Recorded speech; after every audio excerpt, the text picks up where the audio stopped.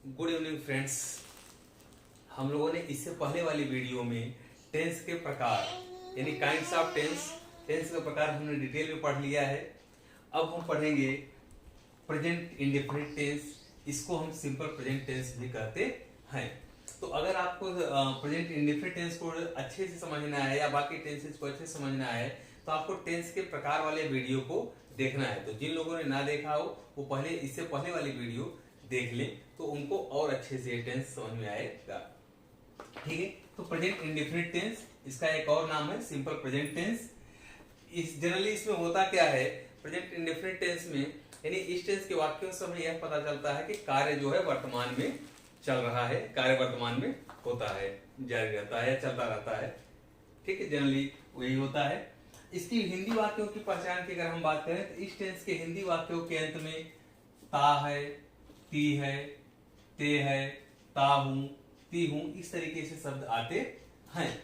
अब जनरली क्या होता है कि हम इज एम आर का प्रयोग अगर उस वाक्य हिंदी वाक्य के अंत में ता है, ती है, ते है, ता हूं, ती हूं, इस तरीके से शब्द आते हैं तो हम ह के लिए यानी है, हूं, हो के लिए हम इज एम आर का प्रयोग नहीं करते हैं। ये ध्यान देने वाली बात है। ठीक है, तो इसके हम अफर्मेटिव सेंटेंसेस को यानी जो सकारात्मक वाक्य होते हैं, अफर्मेटिव सेंटेंस होते हैं, पॉजिटिव सेंटेंस होते हैं, उनको हम हिंदी से इंग्लिश में कैसे ट्रांसलेट करते हैं उनके लिए एक दो पॉइंट्स हैं, पहले हम उन्हें देखते हैं। He, she, it and other singular subjects, ध्यान देना है सिंगुलर सब्जेक्ट्स। आपका ही भी सिंगुलर है, सी भी सिंगुलर सब्जेक्ट है, इट भी है, और जो अन्य कोई भी सिंगुलर सब्जेक्ट होगा उनके साथ वर्ब की फर्स्ट फॉर्म का प्रयोग एस या ई एस के साथ किया जाता है। वर्ब की फर्स्ट फॉर्म का प्रयोग एस या ई एस के साथ किया जाता है। अगर आई ओ, वी, यू, दे या कोई अन्य प्लूरल सब्जेक्ट हो, क्या हो, आई, वी, यू, दे या कोई अन्य प्लूरल सब्जेक्ट हो तो उसके साथ हम वर्ब की फर्स्ट फॉर्म का प्रयोग तो करते हैं लेकिन उसमें एस आई एस नहीं लगाते, नहीं लगाते। आपके मन में ये प्रश्न आ सकता है कि सिंगुलर सब्जेक्ट के साथ हम एस आई एस लगाते हैं लेकिन प्लूरल सब्जेक्ट के साथ हम एस आई एस क्यों नहीं लगाते हैं? तो इसके लिए हम कर सकते हैं, इसका रीजन क्या है? रीजन ये है कि जो वर्ब होता है, क्रिया होता है, वो अपने मूल रूप में वह प्लूरल होता है। क्या होता है? प्लूरल होता है। तो अब जब सब्जेक्ट हमारा सिंगुलर है तो हमें उस वर्ब को सिंगुलर बनाने के लिए हम उसमें एस या ईएस जोड़ते हैं। अब इसमें हम क्यों नहीं लगाते हैं आपको समझ में आ गया होगा, क्योंकि जब वर्ब ही हमारा प्लूरल है तो वर्ब तो प्लूरल है ही और सब्जेक्ट भी हमारे प्लूरल है, तो हमें उसमें एस या ईएस लगा के सिंगुलर बनाने की जरूरत नहीं होती है, क्योंकि सब्जेक्ट वर्ब एग्रीमेंट के अंतर्गत अगर सब्जेक्ट हमारा सिंगुलर होता है तो वर्ब भी सिंगुलर होना चाहिए। सब्जेक्ट अगर हमारा प्लूरल है तो वर्ब भी प्लूरल होना चाहिए। तो हम जब इसे ट्रांसलेट करते हैं हिंदी से इंग्लिश में तो हम ट्रांसलेट करते समय सबसे पहले क्या करते हैं, सब्जेक्ट लिखते हैं। सब्जेक्ट के बाद वर्ब की फर्स्ट फॉर्म। सब्जेक्ट के बाद वर्ब की फर्स्ट फॉर्म का मतलब यह है कि उसमें अगर सब्जेक्ट सिंगुलर होगा तो उसमें एस आई वर्ब की फर्स्ट फॉर्म में एस आई एस लगेगा। सब्जेक्ट अगर प्लूरल होगा तो उसमें एस आई एस नहीं लगेगा। तो सब्जेक्ट सबसे पहले आएगा, उसके बाद वर्ब आएगा, उसके बाद अगर कोई अन्य शब्द है तो उसका प्रयोग किया जाएगा। ठीक है, चलो हम एग्जांपल्स के माध्यम से इसको समझते हैं। तो हम लोग देखेंगे कि हम अफर्मेटिव सेंटेंसेस के जो वाक्य होते हैं उसे हम इंग्लिश में कैसे ट्रांसलेट करते हैं। तो सबसे पहले हम क्या लिखते हैं, फार्मूला इसका क्या है, सबसे पहले हम सब्जेक्ट लिखते हैं, फिर वर्ब की फर्स्ट फॉर्म लिखते हैं, उसके बाद अदर वर्ड अगर कोई अन्य शब्द है तो वो लिखते हैं। तो सेंटेंस है कि मैं जाता हूँ। क्या है सेंटेंस? मैं जाता हूँ। अब सबसे पहले इस वाक्य में हम देखेंगे कि सब्जेक्ट क्या है। इसमें सब्जेक्ट क्या है? मैं। अगर आप सब्जेक्ट नहीं पहचान पा रहे हैं तो आप जो क्रिया अगर आप पहचान ले रहे हैं तो क्रिया में कौन का प्रश्न कीजिए। तो कौन का प्रश्न करने पर हमें उत्तर मिलता है। तो कौन जाता है? मैं जाता हूं। तो इसमें सब्जेक्ट क्या हुआ, मैं हुआ। मैं के लिए इंग्लिश में हम किसका प्रयोग करते हैं, आई का। किसका प्रयोग करते हैं, आई का। अब जाने के लिए हम किसका प्रयोग करेंगे, गो का। आज जाने के लिए हम किसका प्रयोग करेंगे, गो का।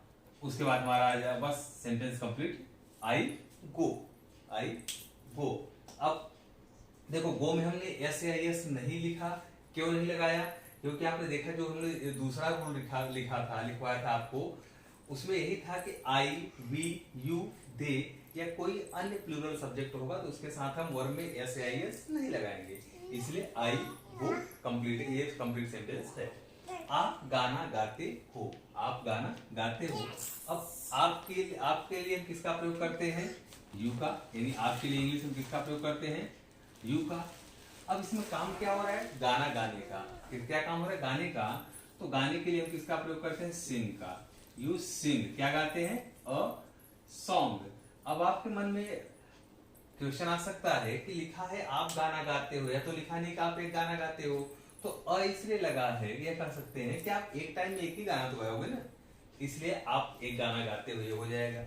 वह पढ़ता है, वह पढ़ता है, इसमें सब्जेक्ट क्या है, वह। और वह के लिए हम ही का या सी का प्रयोग करते हैं, ही का प्रयोग करते हैं, सी का। लेकिन अगर फीमेल के लिए आता है तो हम सी का प्रयोग करते हैं, और मेल के लिए ही का प्रयोग करते हैं। तो वह पढ़ता है, तो सेंटेंस से हमें समझ में आ रहा है कि वह क्या है, मैस्कुलिन जेंडर का है, फीमेल मेल का है, मैस्कुलिन जेंडर का है, इसलिए हम किसका प्रयोग करेंगे, ही का, ही। अब पढ़ने के लिए किसका प्रयोग करते हैं, रीड का। क्या हो जाएगा, ही रीड। अब ही हमारा क्या है, सिंगुलर सब्जेक्ट है, सिंगुलर है। तो हम, आपने पहला रूल आपको याद होगा, आपने नोट किया होगा, तो उसमें लिखा था हमने कि ही, सी, इट या अन्य सिंगुलर सब्जेक्ट, कोई भी सिंगुलर सब्जेक्ट होगा तो उसके साथ वर्ब की फर्स्ट फॉर्म में एस या ईएस लगाया जाता है, इसलिए क्या हो जाएगा, ही रीड्स हो जाएगा। गीता साइकिल से विद्यालय आती है, गीता साइकिल से विद्यालय आती है। अब इसमें सब्जेक्ट क्या है, गीता है, क्या है, गीता है। इसे हम ट्रांसलेट करेंगे तो सबसे पहले लिखेंगे गीता। अब काम क्या हो रहा है, आने का, काम क्या हो रहा है, आने का, तो कम। अब गीता सिंगुलर है तो हम क्या कर देंगे, कम्स कर देंगे। गीता कम्स, कहां आती है, comes to school, comes to school कैसे आती है, by cycle, CYCLE, by cycle. Negative sentence हम देखेंगे, प्रेजेंट इंडेफिनिट सेंटेंस के, प्रेजेंट इंडेफिनिट टेंस के निगेटिव सेंटेंसेस को हम हिंदी से इंग्लिश में कैसे ट्रांसलेट करते हैं। तो इसके लिए 2-3 रूल हैं। जैसे पहला रूल है कि he, she, it and other similar subjects take does as a helping verb. हम लोगों ने देखा कि अफर्मेटिव में तो कोई हेल्पिंग वर्ब नहीं लग रहा था, लेकिन नेगेटिव में सिमिलर सब्जेक्ट के साथ डज लग रहा है। I, we, you, they and other plural subjects take do as helping verb. Plural subject के साथ क्या लगाएंगे, हम डू का प्रयोग करेंगे हेल्पिंग वर्ब के रूप में। उसके बाद मेन वर्ब की फर्स्ट फॉर्म का प्रयोग करेंगे, लेकिन उसमें एस या एस नहीं लगाएंगे। मेन वर्ब की फर्स्ट फॉर्म का प्रयोग करेंगे विदाउट एस और एस। एस या एस का प्रयोग नहीं करेंगे, क्यों नहीं करेंगे, क्योंकि जो एस या एस हम सिंगुलर सब्जेक्ट के साथ लगाते थे वो यहाँ डज में जुड़ गया है, डज में जुड़ गया है, इसलिए एस या एस का प्रयोग नहीं करेंगे। तो अब देखते हैं कि हम इसका फार्मूला या इसे स्ट्रक्चर भी हम कर सकते हैं कि निगेटिव सेंटेंसेस का स्ट्रक्चर क्या है। तो सबसे पहले हम सब्जेक्ट लिखते हैं, सब्जेक्ट के बाद डू या डज, जैसा हमारा सब्जेक्ट रहेगा उसके हिसाब से डू या डज का प्रयोग करेंगे। फिर हम नॉट का प्रयोग करते हैं, नॉट के बाद वर्ब की फर्स्ट फॉर्म, उसके बाद अदर वर्ड यदि कोई है तो। पहला सेंटेंस हमने लिखा है मैं झूठ नहीं बोलता हूँ, मैं झूठ नहीं बोलता हूँ। इसमें हमारा सब्जेक्ट क्या है, सब्जेक्ट हमारा है मैं, और मैं के लिए क्या प्रयोग होता है, आई, यानी आई मीन्स मैं होता है आई। अब आई क्या है तो सिंगुलर, लेकिन इसके साथ हमेशा प्लूरल वर्ब का प्रयोग होता है, यानी आई के साथ डू का प्रयोग होगा, तो आई डू। उसके बाद नॉट लगा देंगे, आई डू नॉट। फिर हमारा आता है वर्ब की फर्स्ट फॉर्म। अब इसमें वर्ब क्या है, बोलना, वर्ब क्या है, बोलना है। बोलने के लिए हम क्या करते हैं, टेल का प्रयोग करते हैं, किसका, टेल का प्रयोग करते हैं। उसके बाद क्या क्या नहीं बोलता है, झूठ नहीं बोलता है, I do not tells a lie, अ ये हो गया। अगला सेंटेंस है हरि अस्पताल नहीं जाता है। हरि अस्पताल नहीं जाता है। अब इसमें सब्जेक्ट हमारा क्या है? सब्जेक्ट हो गया हरि, तो सबसे पहले हम सब्जेक्ट लिखेंगे हरि। अब हरि क्या है? सिंगुलर है। हरि एक नाम है, किसी व्यक्ति का नाम है। हरि है सिंगुलर, तो सिंगुलर के साथ हम किसका प्रयोग करते हैं? डज का प्रयोग करते हैं। तो हरि के साथ क्या आ जाएगा? डज आ जाएगा। हरि के साथ डज आ जाएगा। डज के बाद हम क्या लगा देंगे? नॉट लगा देंगे, क्योंकि सेंटेंस हमारा निगेटिव है। तो हरि डज नॉट। अब इसमें वर्ब क्या है? काम क्या हो रहा है? जाने का। काम क्या हो रहा है? जाने का। तो वर्ब हमारा क्या लग जाएगा? गो लग जाएगा। तो हरि डज नॉट गो। कहां नहीं जाता है? अस्पताल। तो गो टू हॉस्पिटल। HOSPITAL। ये हो गया। नेक्स्ट हमारा सेंटेंस है सीता और गीता अपना काम नहीं करती हैं। सीता और गीता अपना काम नहीं करती है। तो इसमें सब्जेक्ट क्या है? कौन अपना काम नहीं करता है? सीता और गीता। तो सब्जेक्ट हमारे इसमें दो हो गए, यानी सीता और गीता मिलकर सब्जेक्ट बन रहे हैं। तो सीता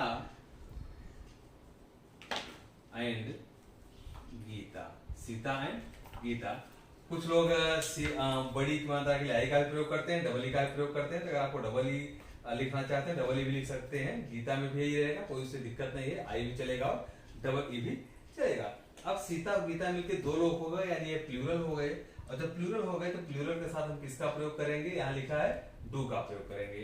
तो Sita and Gita, do helping verb लग गया। उसके बाद नॉट लग जाएगा, डू नॉट। फिर हमारा वर्ब क्या है? काम करना। वर्ब क्या है?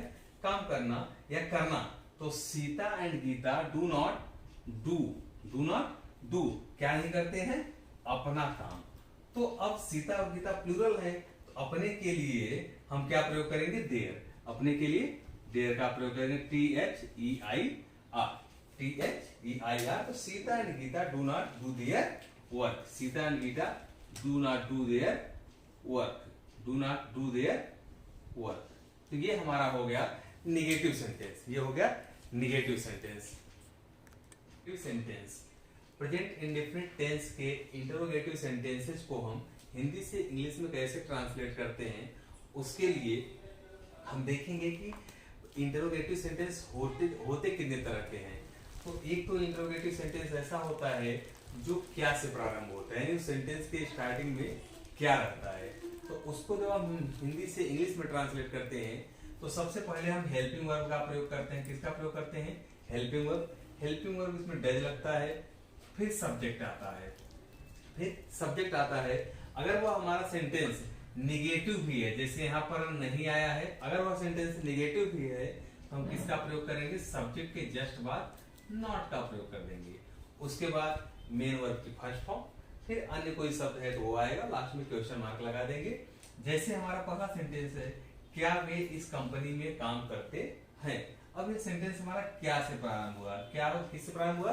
क्या से प्रारंभ हुआ है। तो जो वाक्य क्या से प्रारंभ होता है उसके लिए हम क्या की इंग्लिश नहीं लिखते हैं। वैसे सेंटेंसेस के लिए हम क्या की इंग्लिश नहीं लिखते हैं। तो सबसे पहले हम उसके लिए क्या लिखते हैं? हेल्पिंग वर्ब लिखते हैं। लेकिन हेल्पिंग वर्ब हम तब लिखेंगे, डू या डैश लगाना है हमें, तो हम तब लगाएंगे जब पहले में यह पता चले कि इस सेंटेंस में सब्जेक्ट क्या है। इसमें सब्जेक्ट क्या है? वे। वे के लिए हम किसका प्रयोग करते हैं? दे का। तो हमारा हो गया दे। अब दे के लिए आपने, जैसे हमने निगेटिव सेंटेंस में बताया था कि दे हमारा प्लूरल है, तो दे के साथ हम डू लगाते हैं। दे के साथ क्या लगाते हैं? डू लगाते हैं।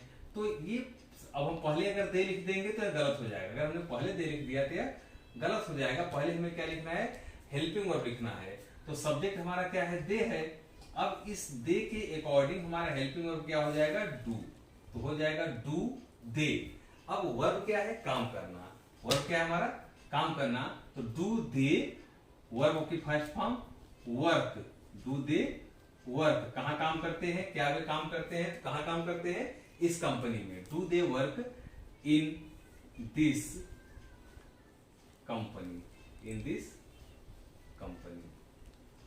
Do they work in this company, last में क्वेश्चन मार्क लग जाएगा। अगला सेंटेंस हमारा है क्या वह समय से कार्यालय नहीं आता है। क्या वह समय से कार्यालय नहीं आता है। तो इसमें हमारा, हम सबसे पहले इसमें सब्जेक्ट ढूंढेंगे। सब्जेक्ट इसमें हमारा क्या है? वह। सब्जेक्ट क्या है? वह। वह के लिए हम ही का प्रयोग करेंगे। सब्जेक्ट तो वह है, उस वह के लिए ही का प्रयोग किए, लेकिन हमें देखना होगा कि स्ट्रक्चर के अकॉर्डिंग सबसे पहले हमें हेल्पिंग वर्ब लगाना है।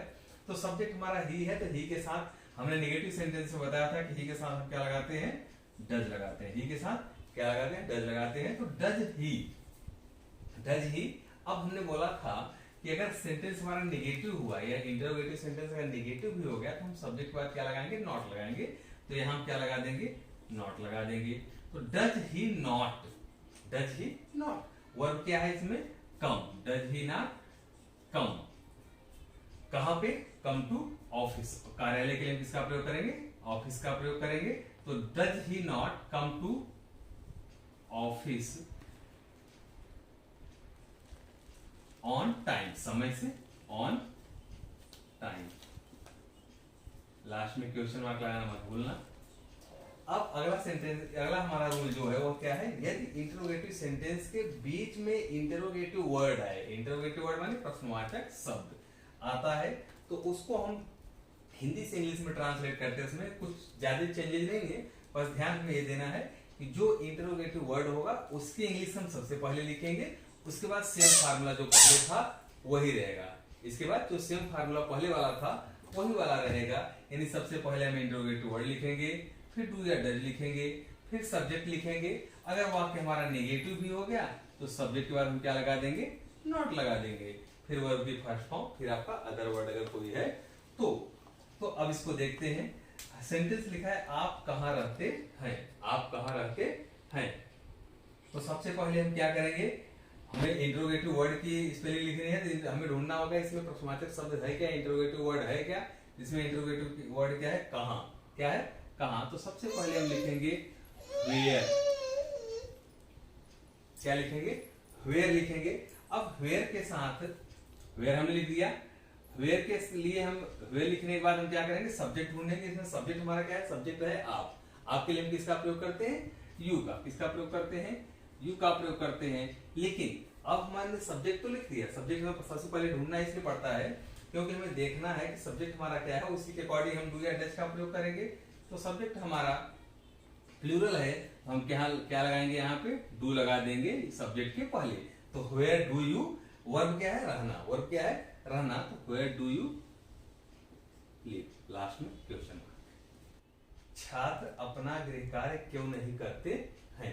अब क्यों नहीं करते हैं ये हमें समझ में आ रहा पढ़ने से ही कि एक छात्र की बात नहीं हो रही, सभी छात्रों की बात हो रही है। तो यहाँ ये छात्र क्या है, प्लूरल है। तो फिलहाल सबसे पहले हम क्या देखेंगे, क्यों। क्यों की इंग्लिश, क्यों के लिए हम किसका प्रयोग करते हैं, वाई का। किसका करते हैं, वाई का।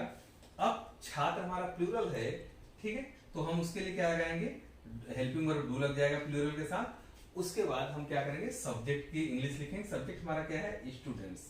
क्या है, स्टूडेंट्स। क्या है, स्टूडेंट्स। Why do students. अब हमारा ये नेगेटिव है तो हम नॉट का प्रयोग करेंगे। Why do students not. अब वर्ब हमारा क्या है, डू है, तो वर्ब आएगा डू। अब why do students not do, क्या नहीं करते हैं, अपना गृह कार्य। अपना गृह कार्य तो हो जाएगा dear, THEIR, dear homework. Dear homework, last में क्वेश्चन मार्क लगा देंगे। Thank you.